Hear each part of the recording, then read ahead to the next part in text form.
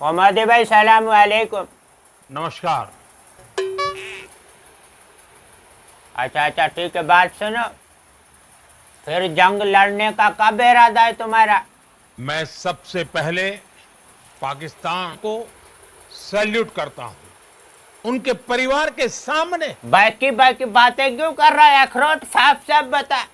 पाकिस्तान में न्याय की अखंड प्रतिज्ञा है। अच्छा बात सुनो। तुम्हारे राफेल जो था ना, राफेल, उसका क्या बना?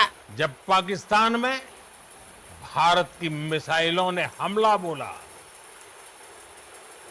भारत के ड्रोन्स ने हमला बोला, उन्हें आसमान में ही नष्ट कर दिया। अच्छा छोड़ो इन बातों को, ये बताओ जंग कौन जीता? पाकिस्तान। ये बताओ पूरी दुनिया के आगे जलील कौन हुआ? भारत की। ठीक है, ये बताओ तुम कब आ रहे? अभी पाकिस्तान में हम तुमको चाय वाय पिलाए। और आज हमारे उठ खड़ा बैगन